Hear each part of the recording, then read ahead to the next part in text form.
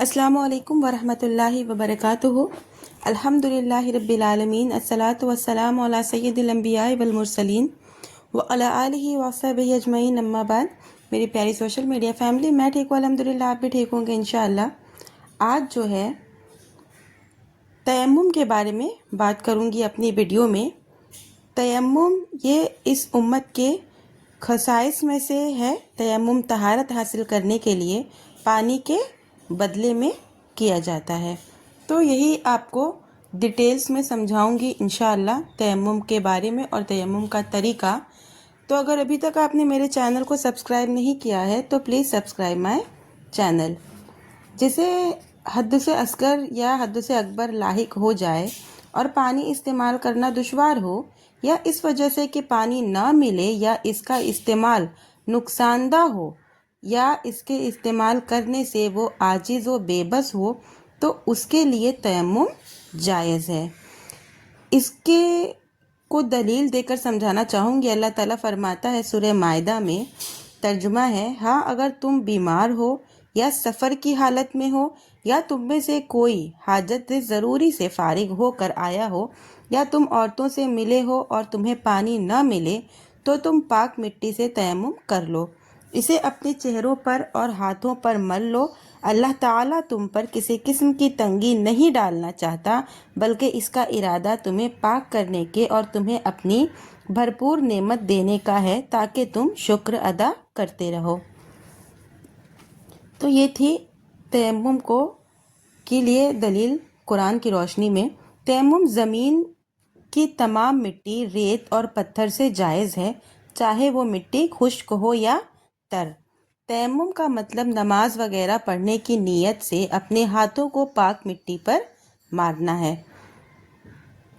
اب آپ کو بتاؤں گی تیمم کرنے کا طریقہ۔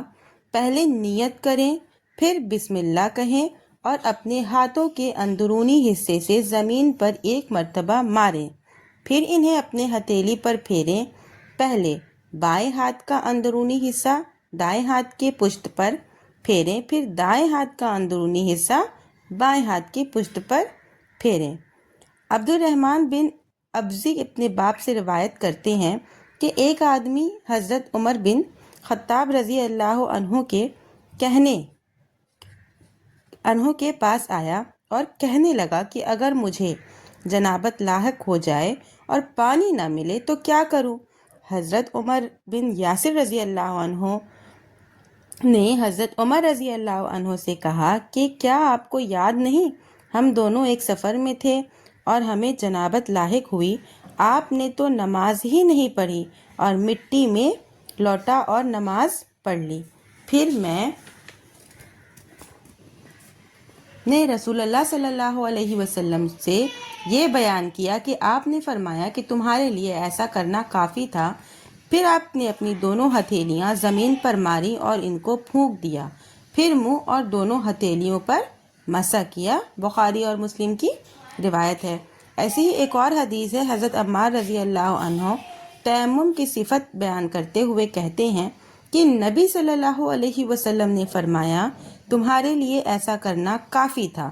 پھر آپ نے اپنی ہتھیلیوں کو ایک مرتبہ زمین پر مارا، پھر انہیں جھاڑا، پھر بائیں ہاتھ سے دائیں ہاتھ کی پشت پر ملایا، دائیں ہاتھ سے بائیں ہاتھ کی پشت پر ملا پھیرا، پھر اپنے منہ پر دونوں ہاتھوں کو پھیر لیا۔ یہ بھی بخاری مسلم کی روایت ہے۔ اگر ایک تیمم سے کئی حدثوں کو دور کرنے کی نیت کرے، مثلاً پیشاب اور پاخانہ کیا ہے اور احتلام ہوا ہے، تو ایک تیمم ان تمام احداث کی طرف سے کافی ہوگا۔ تیمم کرنے والے کے لیے وہ ساری چیزیں مباح ہیں جو وضو کرنے والے کے لیے مباح ہیں، مثلاً نماز، طواف، قرآن کا چھونا وغیرہ۔ ایسے ہی کچھ چیزیں جن سے وضو ٹوٹ جاتا ہے، ویسے ہی تیمم بھی باطل ہو جاتا ہے۔ اگر پانی مل جائے، اگر عذر زائل ہو جائے، مثلاً مرض یا حاجت وغیرہ، نواقض وضو جن کا بیان پیچھے بتا چکی ہوں ویڈیو میں آپ کو۔ اگر کسی کو پانی اور مٹی دونوں نہ ملے تو اپنی حالت کے مطابق بغیر وضو تیمم نماز پڑھے اور اس پر ادا نہیں۔ تیمم حدث اصغر، حدث اکبر سے طہارت حاصل کرنے کے لیے مشروع کیا گیا ہے۔ البتہ میل کچیل یا گندگی چاہے وہ بدن پر ہو یا کپڑے پر، اس کو تیمم سے زائل نہیں کیا جا سکتا۔ پس آدمی اگر ان کو زائل نہیں کر سکتا تو جس طرح ہو سکے نماز پڑھ لے۔ اگر کوئی شخص زخمی ہو اور اس بات کا ڈر رہا ہو کہ اگر پانی کا استعمال کرے گا تو پانی اسے نقصان پہنچائے گا، وہ زخم پر مسح کر لے اور باقی بدن دھو لے، اور اگر مسح سے بھی نقصان ہو تو اس کے لیے تیمم کر لے اور باقی اعضاء دھو لے۔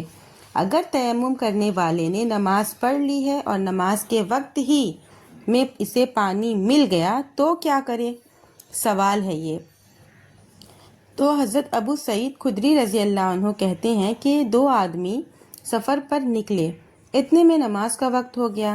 ان دونوں کے پاس پانی نہیں تھا، ان دونوں نے پاک مٹی سے تیمم کیا اور نماز پڑھ لی۔ پھر نماز کے وقت ہی ان کو پانی مل گیا، چنانچہ ان میں سے ایک نے وضو اور نماز دہرایا وضو کر کے، اور دوسرے نے نہیں دہرایا۔ پھر دونوں آپ صلی اللہ علیہ وسلم کے پاس آئے اور آپ سے یہ واقعہ بیان کیا۔ آپ صلی اللہ علیہ وسلم نے اس شخص سے فرمایا جس نے نہیں دہرایا تھا کہ تم نے سنت کے مطابق کیا اور تمہاری نماز ہو گئی، اور جس نے نماز اور وضو دہرایا تھا اس سے کہا کہ تمہارے لیے دوہرا اجر ہے۔ ابو داؤد اور نسائی کی روایت ہے۔ تو یہ تھا تیمم کرنے کا طریقہ، تیمم کس طرح سے ہوتا ہے اور کن چیزوں سے باطل ہوتا ہے۔ امید کرتی ہوں آپ کو ویڈیو پسند آئی ہوگی، ویڈیو سمجھ میں آئی ہوگی۔ اگر آپ کا بھی کوئی سوال ہو تو آپ مجھے کمنٹ میں پوچھ سکتے ہیں۔ ویڈیو زیادہ لمبی نہیں کروں گی، ویڈیو کا یہیں پہ ختم کروں گی۔ اللہ تعالیٰ سے دعا ہے کہ اللہ تعالیٰ ہم تمام مومن مسلمانوں کو نیک عمل کرنے کی، زیادہ سے زیادہ نیک عمل کرنے کی توفیق عطا فرمائے۔ جو بھی مسلمان پریشان ہیں ان کی پریشانی دور کرے، جو بیمار ہیں اللہ تعالیٰ ان کو شفائے کاملہ عطا کرے، آمین۔ ملتے ہیں نیکسٹ ویڈیو میں۔ وآخر دعوانا ان الحمدللہ رب العالمین، وعلیکم السلام ورحمۃ اللہ وبرکاتہ۔